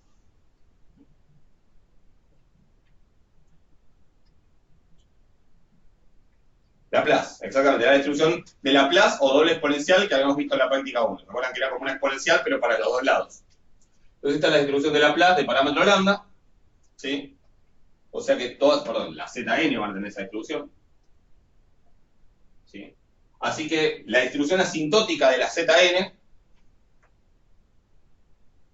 ¿sí? La distribución asintótica va a ser Laplace, porque de vuelta, todas tienen la misma distribución, la distribución asintótica es esa misma distribución, o sea, la zn converge en algo que no es lo normal, y aunque las estandarice, esto volvemos a lo que dije la clase pasada, cuando uno estandariza una distribución, básicamente la forma es la misma, solo que lo único que hace es cambiarle la posición y la escala para que la varianza sea 1 y la esperanza sea 0. O sea que si encima las estandarizo, Zn menos la esperanza de Zn, que era, bueno, habrá que ver cuánto da en la de Laplace, sobre la raíz cuadrada, etc. ¿A qué va a converger? Bueno, a una Laplace estándar. Sí, pónganle nombre si quieren. O sea, es la misma distribución de Laplace, pero corrida, pero claramente no, esa distribución no es una normal. ¿Sí? Va a ser. De hecho, la esperanza de Laplace es 0, o sea que ya está estandarizada. Lo único que voy a hacer es cambiarle la escala, si la voy a aplastar o estirar para que la varianza sea 1. Y bueno, eso va a tener un gráfico así. ¿Sí? O sea, ¿qué va a converger? Esto a una cosa por el estilo. Eso, que es una distribución de Laplace, pero con una varianza diferente. ¿Sí? O sea, esto va a converger a Laplace algo. ¿Ok? Conclusión, en este caso, incluso si estandarizo, las Zn no convergen a la distribución normal 0,1. Las Zn estandarizadas. ¿Estamos de acuerdo? ¿Por qué fue posible que pase eso? Y, o si quieren, ¿qué probamos con eso? ¿Qué probamos con eso? Que no se respeta la independencia. Fíjense que acá estamos hablando de la independencia de las i's, que son las que estoy sumando, ¿sí? O sea que, si quieren, esto es una prueba indirecta, por el absurdo, de que las i son dependientes, ¿sí? Obviamente, si yo las miro, puedo sospechar que no hay independencia, ¿por qué? Porque i1 depende de x1 y x0, e i2 depende de x2 y de x1, o sea, se superponen, dos i's, por ejemplo, i1 e i3 sí van a ser independientes. porque y3 es x3 menos x2, y acá tengo x1 menos x0, o sea que si están a más de 1 de distancia, sí van a ser independientes. Pero dos sucesivas podrían no serlo porque dependen de una misma variable. Pero ya vimos que bueno, que también a veces pueden depender de lo mismo y que me quede. La Z, y claro, las Z tampoco son independientes, pareciera ser porque todas dependen de x0. ¿Sí? Pareciera ser, digo, seguramente hay que hacer alguna cuantita para verificarlo, pero todas dependen de x0, así que posiblemente no sean independientes. Las IN puedo afirmar que no son independientes. ¿Sí? ¿Por qué puedo afirmarlo? Que las IN no son independientes. Porque si fueran independientes, ¿qué tendría que pasar?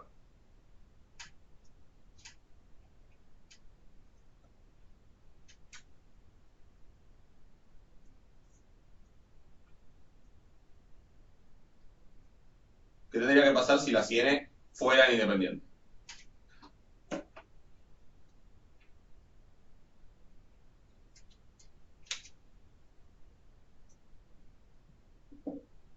Claro, así, al calcular el límite, este límite de acá, o sea, esta asociación de acá, en distribución debería converger en normal 0,1. ¿Sí?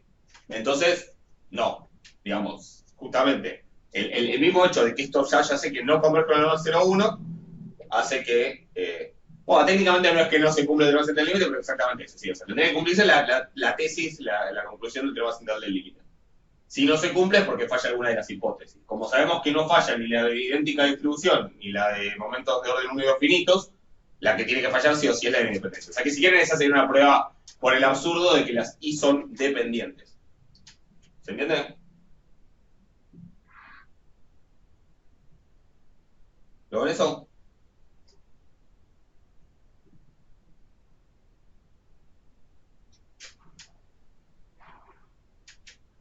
¿Estamos de acuerdo?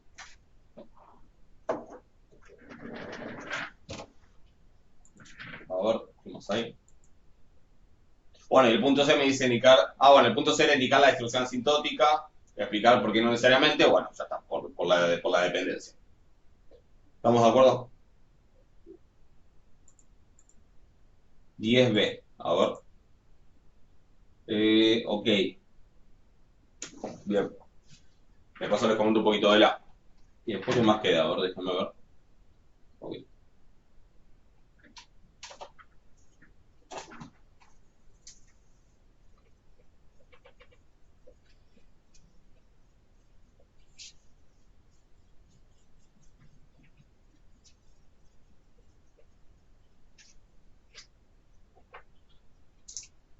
Ejercicio 10B. El 10 dice que tengo una muestra aleatoria de 50 variables normales estándar, ¿sí? Z1, Z50, son independientes, idénticamente distribuidas, la distribución es normal 0,1. Eso me está diciendo. El punto A, que se los dejo para que lo hagan, pero me dice calcular la probabilidad de que la suma de igual 1 hasta 50 de zi al cuadrado sea menor a 67,5. ¿Alguien lo hizo y qué usó para hacer eso? Calcular esa probabilidad, exactamente.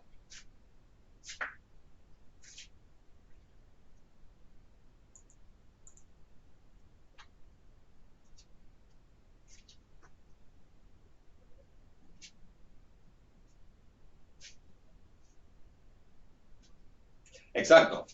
Si las ZI son normales estándar, al cuadrado son chi cuadrados con un grado de libertad, como son independientes, esto es una chi cuadrado con 50 grados de libertad. ¿Estamos de acuerdo? Voy a la tabla de la chi cuadrado con 50 grados de libertad, veo cuál es la probabilidad de que sean menor a 67,5. ¿Sí? Cosas que puedo esperar, como la esperanza de esto es 50, el 67,5 está acá, la probabilidad de que sea menor a eso tiene que ser bastante más que 0,5.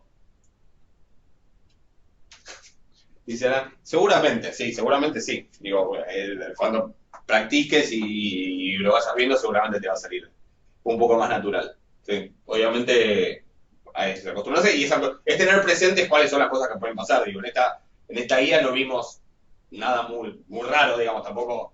Sería raro que el ejercicio sí saliera de la nada, la respuesta, sobre todo si no hay ninguna aclaración, como en el ejercicio anterior que decía, bueno, ver la práctica 1. Sería muy raro que la respuesta acá sea esto es una distribución, no sé, y aparezca un nombre de un desconocido total. Sí, digo, en general en esta guía se van a encontrar con la chi, con la t, entonces bueno, hay que volver a cómo se definían la chi y la t, así que es básicamente lo que puede generar a veces un poco de duda.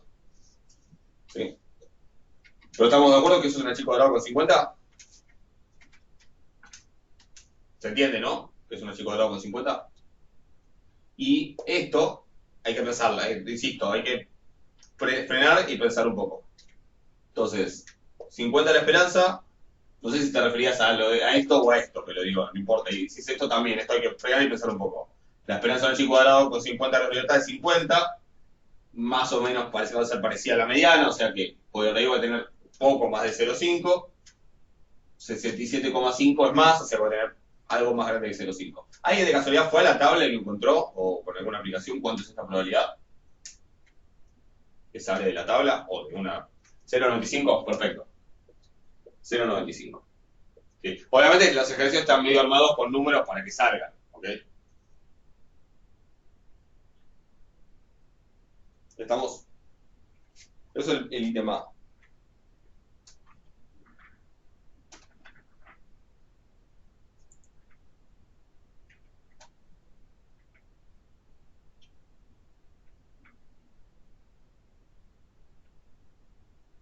Bueno, y en el punto B me piden un valor aproximado usando el teorema central del límite.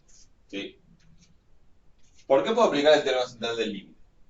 Pensemos, ¿por qué tendría sentido aplicarlo? No hay que multiplicar por la esperanza y ir por la varianza. Para el teorema central del límite, sí. Para el teorema central del límite vamos a tener que hacer eso. ¿Sí? Para este no, porque ya esto es una chi cuadrada con 50 grados de libertad. Yo tengo la tabla de la chi cuadrada con 50 grados de libertad, o en las aplicaciones, digo, si ya tengo la distribución, está. ¿Sí? De hecho, cuando restamos y dividimos por la varianza de la esperanza, es para ir a una normal 0,1. Lo cual no quiere decir que si ustedes, en vez de trabajar con la tabla de la normal, que es la normal estándar, tienen una aplicación, normalmente esa aplicación va a tener la opción, por ejemplo, después cuando hagamos en R lo vamos a ver, normalmente esa aplicación va a tener la opción de meterle los parámetros. Con lo cual, uno puede directamente trabajar con la distribución de la normal tanto, poniendo, aclarando cuáles son esos parámetros, y no hace falta estandarizar. No está de más acostumbrarse a la estandarización para usar siempre la misma, pero se puede, si usa una aplicación, digo, si ustedes tienen que X es una normal 5, 3, ¿sí? 3 la varianza, 3 o 4, 4 es la varianza, y quieren la probabilidad de que X sea menor a 8, hay dos opciones.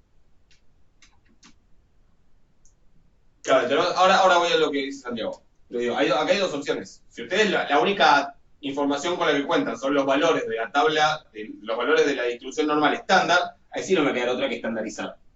Resto 5 dividido por la raíz de 4, acá lo mismo, resto 5 dividido por la raíz de 4, y voy y busco la tabla de normal estándar. Ahora, si tiene una aplicación, a lo mejor le pueden preguntar a la aplicación cuál es la probabilidad de que X sea menor a 8 en una normal 5, 4. ¿Sí? Si le aclaran que la normal es 5, 4 y le preguntan cuál es la probabilidad de que X sea menor a 8, a lo mejor le da la respuesta directa. ¿Sí? Que va a ser lo mismo que si preguntan cuál es la probabilidad de que una normal estándar sea menor a 8 menos 5 sobre raíz de 4. ¿Se entiende? Yo estoy acostumbrado a trabajar con la normal estándar, por eso normalmente estandarizo las cosas, pero sí. Si en la aplicación quieren aclararle a la aplicación cuáles son los parámetros muy, chequen bien si los parámetros son muy sigma cuadrado o muy sigma. En general suele ser el desvío el segundo parámetro. Pero bueno, eso hay que chequearlo. Pero pueden trabajar con eso, pueden trabajar con eso. Normalmente la mayoría de las aplicaciones, cuando uno no aclara los parámetros, se trabaja con la normal estándar. ¿Sí? Entonces hay que estandarizar. ¿Se entiende? Ahí Santiago me dice, o sea, tenemos el límite lo usamos cuando no sepamos la distribución. Claro. O sea, si yo no tuviera la tabla de H cuadrado, o cuando no tengo otra manera de hacer las cuentas. Acá, obviamente, yo diré, no hace falta usar el teorema central del límite porque puedo usar, como yo sé que la distribución es H cuadrado, entonces directamente voy a H cuadrado. ¿Sí? La idea del ejercicio es que chequen que la aproximación más o menos va a funcionar bien. ¿Sí? Pero si no tuviera, por ejemplo, la tabla de H cuadrado, ¿sí? O no me diera cuenta o no me doy cuenta que esa distribución es chi cuadrado, bueno, puedo tomar el camino del teorema central del límite. ¿Ok? ¿Y por qué puedo hacerlo? Porque, ¿qué variables estoy sumando?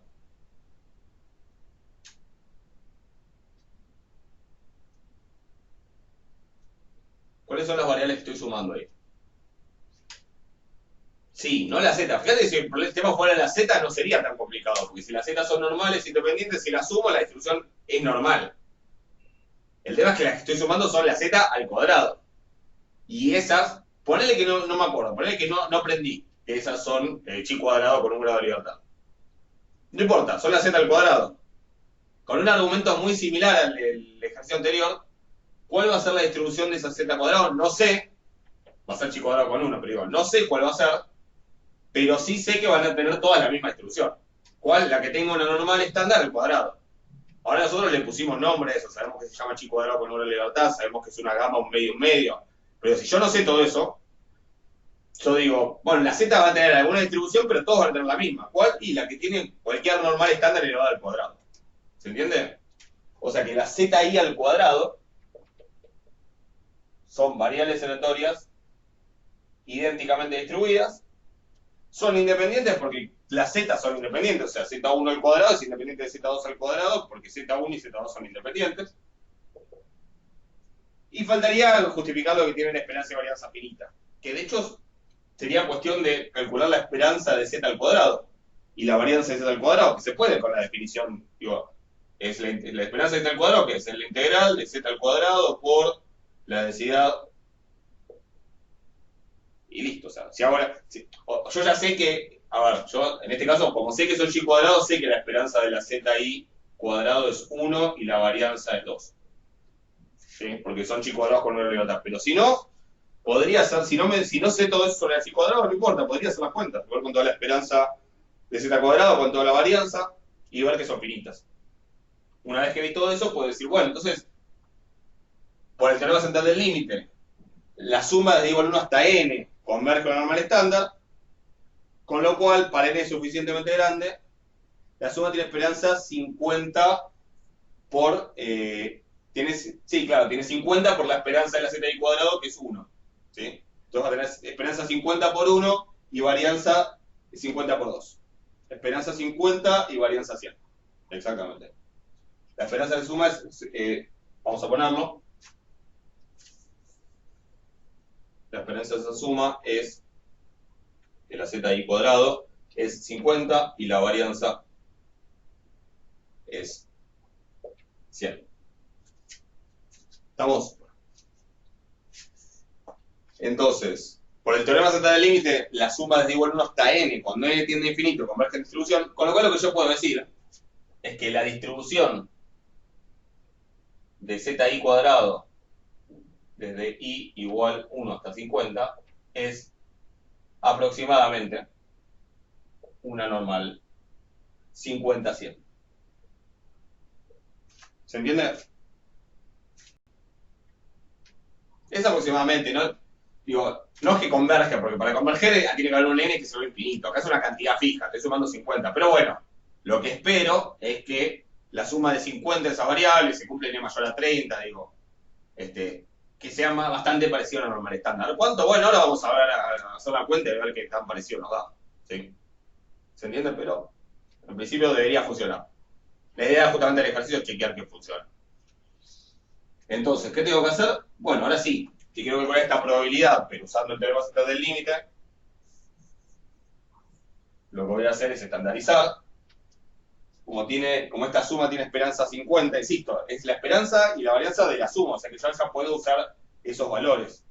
Si quiero usar la fórmula, tengo que pensar la de que la suma es n por mu y la varianza es n por sigma cuadrado, o sea que el desvío a raíz de n por sigma. Tengo que pensar en el mu y el sigma de la zi cuadrado, que son estos. ¿Sí? Mu es 1 y sigma cuadrado es 2. O sea, te insisto, traten de no confundirse esas dos cosas. Pero como acá ya calculé la esperanza y la varianza de cada una, puedo estandarizar con eso. Va a ser esto es la probabilidad de que la suma menos 50 sobre raíz de 100, que es 10, sea menor a 67,5 menos 50 sobre 10. Esto es 17,175 de esto. ¿No? Sí, 1,75.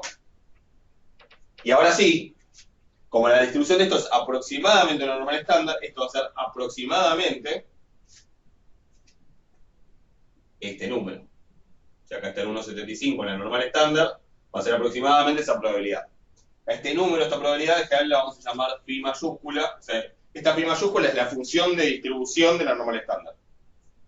Si quieren, llámenla f mayúscula, es lo mismo. Sí, pero es f mayúscula en 1,75. ¿Y eso cuánto da? No sé, que viene en la tabla de normal. ¿Alguien la tiene a mano? ¿O alguna aplicación para decirme cuánto da? 0,95994. Perfecto. O sea, está parecido. Sí, da 0,96 prácticamente. ¿No? Pero bueno, está dentro de lo razonable. ¿Estamos de acuerdo? Está bueno hacer esas cosas a veces porque uno dice, bueno, esto aproximadamente es tal cosa. Bueno, ¿qué tan aproximado? Bueno, cuando uno hace ciertas cuentas y calcula el valor exacto y el valor aproximado, usando el teorema central del límite, se encuentra con cuántos son esas diferencias. Yo pensé que iba a dar algún decimal más preciso, pero bueno, estamos bien igual. 0,95 y 0,96. Digo, a la hora de tomar una decisión, si esto implicara decidir si compro o no compro, si invierto o no invierto, que sea 0,95, 0,6, si me pongo, si llevo paraguas o no llevo paraguas, que sea 0,95, 0,96, probablemente no afecte la decisión. Sí, o sea que también hay que empezar a veces, digamos, el margen de error que uno acepta tiene que ver con cómo eso afecta o no las conclusiones de lo que uno esté analizando. ¿Estamos? Pero bueno, ese sería como sale el ejercicio. ¿Alguna duda con esto?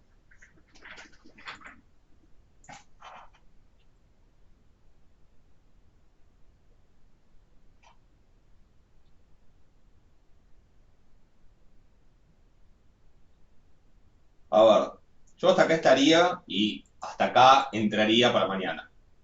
Eh, Después, si en alguna de las próximas clases quieren charlar a los otros ejercicios, los pueden ir bien. Vayan viéndolos, ¿sí? Todo lo que es de dos poblaciones lo vamos a usar. Sí, la voy a subir a YouTube. La voy a subir voy a tratar de subirla ahora. Porque después a la una tengo clase de análisis de estadística vectorial. Pero la voy a tratar de subir ahora. Así la tienen. Perfecto. Y hasta ahí estaríamos. Después lo que queda, si quieren en alguna próxima clase lo charlamos, traten de ver los de dos poblaciones, si no, después los vamos a ir charlando cuando vemos intervalos de confianza y test de hipótesis. ¿Ok? Pero bueno, por ahí estaríamos. Mañana, insisto, desde 8:30 aproximadamente, calculo que van a estar subidas las consignas. De todos modos, cualquier cosa les mando un mail cuando estén. Y después en estos días también les mando, voy a poner también el formulario para cargar la otra actividad, que tienen tiempo hasta el domingo. Sí, lo vamos a hacer como la otra vez.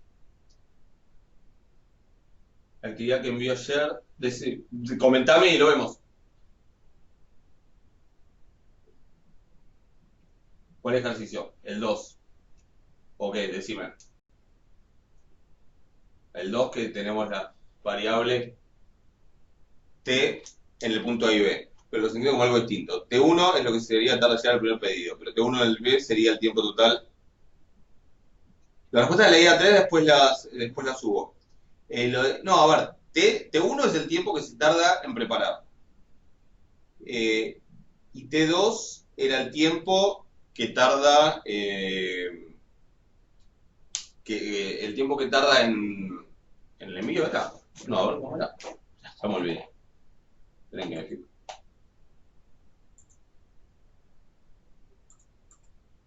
En llegar al pedido. Ok, perfecto. Entonces, y T es el tiempo desde que vos haces el pedido hasta que te llega. Eso, y es lo mismo en el ítem A y en el ítem B. O sea, el T1 es el tiempo desde que hago el pedido hasta que sale la pizza del horno. Y T2 es el tiempo desde que sale la pizza del horno hasta que llega a mi puerta. T es el tiempo desde que hago el pedido hasta que llega la pizza a la puerta. Y eso es lo mismo en los dos. Por eso en el punto A les pide calcular la esperanza y la varianza de T, o sea, el tiempo total, basándose en lo que sé sobre T1 y sobre T2. ¿Sí? Y en el ejercicio 2 es la suma de T sub I, creo. Ah, a ver, esperen que chequeo algo, porque puede ser que haya un temita con la anotación. Eh,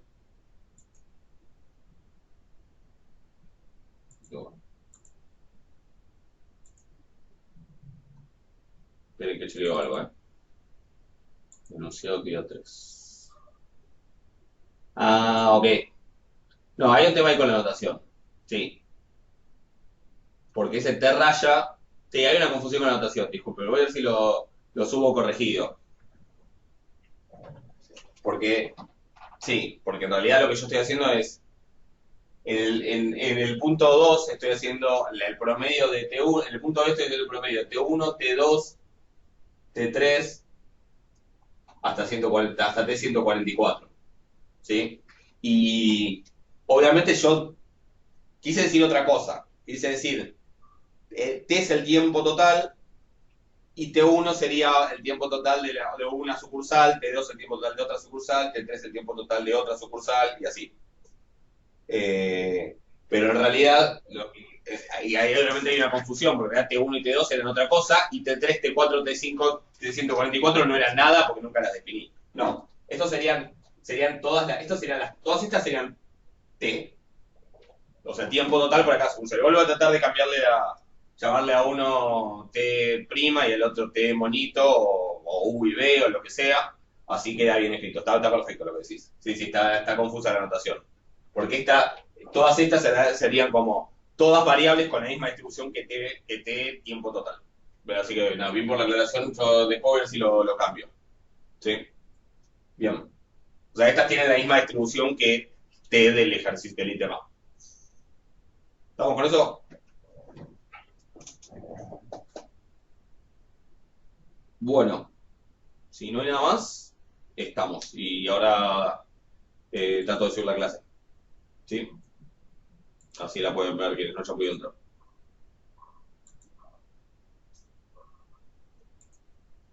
¿Ok?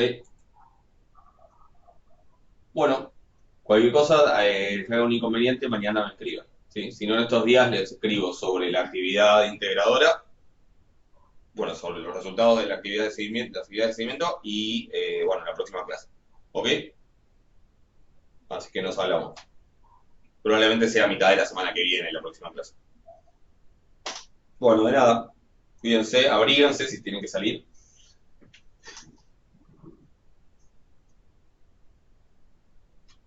Y nos vemos.